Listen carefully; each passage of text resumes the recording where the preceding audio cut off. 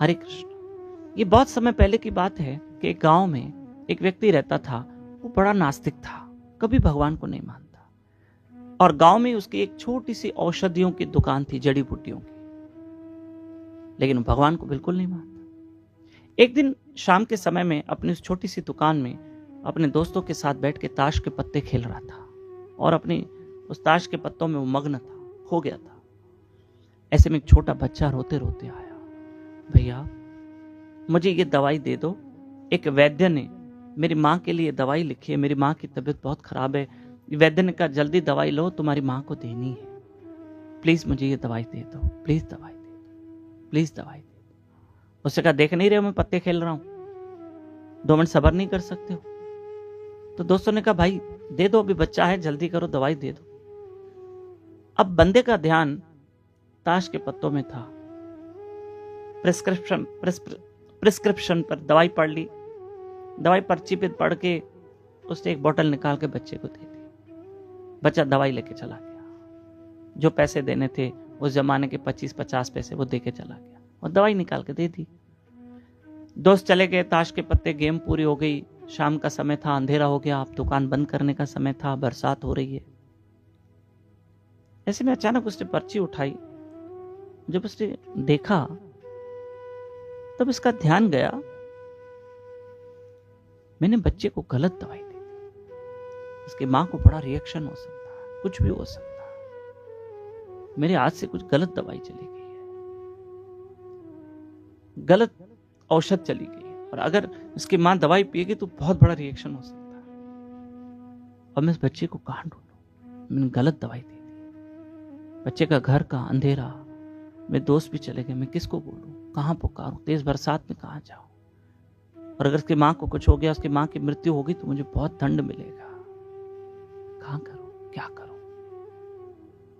उसके दुकान में, क्योंकि वो नास्तिक तो बहुत था, भगवान को कभी मानता नहीं था, पर किसी जमाने में उसके पिता ने दुकान में एक भगवान कृष्ण का चित्र लगाया था, जिसपे बहुत धूल मट्टी जम गई थी, क्योंकि ये तो पूजा पाठ करता नहीं था। तब इसने देखा कि मेरा सहारा कोई और नहीं है, तो ये मूर्ति के सामने, चित्र के सामने खड़ा हो गया, भगवान कृष्ण के चित्र के सामने, बहुत धूल मट्टी, मुश्किल से भगवान का धुंधला चेहरा दिख रहा था, क्योंकि ये नास्तिक था। तब इसने चित्र के सामने, फोटो के सामने कहा कि तू भगवान है और तू सबकी सुनता है, मैं नहीं मानता हूं कि तू भगवान है, और अगर भगवान है तो आज साबित करके दिखा कि तू भगवान है। मेरा एक काम कर कि जो मैंने बच्चे को दवाई दी है ना, वो उसकी मां तक न पहुंचे, अगर पहुंच गई, उसको रिएक्शन हो गया ना, तो मेरी दुकान को ताला लग जाएगा। आज ये तू काम करके देखा, तब मानूंगा तू भगवान। प्रिय बंधु, हम भगवान को कभी ऐसे मत करना, चैलेंज मत करना, उसको आजमाना नहीं, कभी नहीं, ऐसा हमें नहीं करना, पर इससे भगवान को आजमाना चाहा। और ये भगवान को बोल ही रहा था कि कुछ करके दिखा, उसकी मां तक, बच्चे की मां तक दवाई नहीं पहुंचनी चाहिए। इतनी देर में बच्चा दौड़ के आया, भैया भैया भैया कुछ हो गया भैया। बोले क्या हुआ?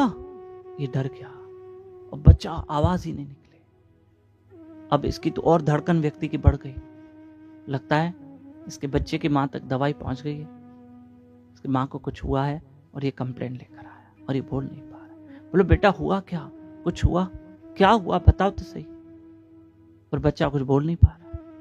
बच्चे को से पानी पिलाया, बच्चे को शांत किया, बोला क्या हुआ बताओ तो सही, तुमने अपनी मां को दवाई दी, तुम्हारी मम्मी ने दवाई पी? बोला नहीं, मैं जब रास्ते से जा रहा था ना, अंधेरा था, बरसात हो रही थी, तो मैं एक पत्थर से ठोकर खा के गिर गया और मेरी दवाई की बोतल टूट गई।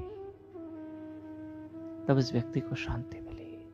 इसका मतलब तुम्हारी मम्मी को दवा नहीं मिली, मां को? बोला नहीं। तो फिर तुम रो क्यों रहे हो? मेरे पास दूसरे पैसे नहीं है, मेरी मदद करो। बोला बेटा अभी मदद करता हूँ। उसने जो उसकी जो असली दवाई थी, जो देनी थी, जो प्रिस्क्रिप्शन पे लिखी हुई थी, वो दे दी, और बच्चा लेके चला गया। और ये अंदर आया, जिस चित्र पर, भगवान के चित्र पर धूल मट्टी लगी थी ना, तो उससे अपने जेब से रुमाल निकाला, और रुमाल निकाल के चित्र को साफ किया और कहा, हे कृष्ण तू है, तू भगवान है, तू सबकी सुनता है, तू है। आज माना मैंने। ये कथा आगे फॉरवर्ड करना। हरे कृष्ण।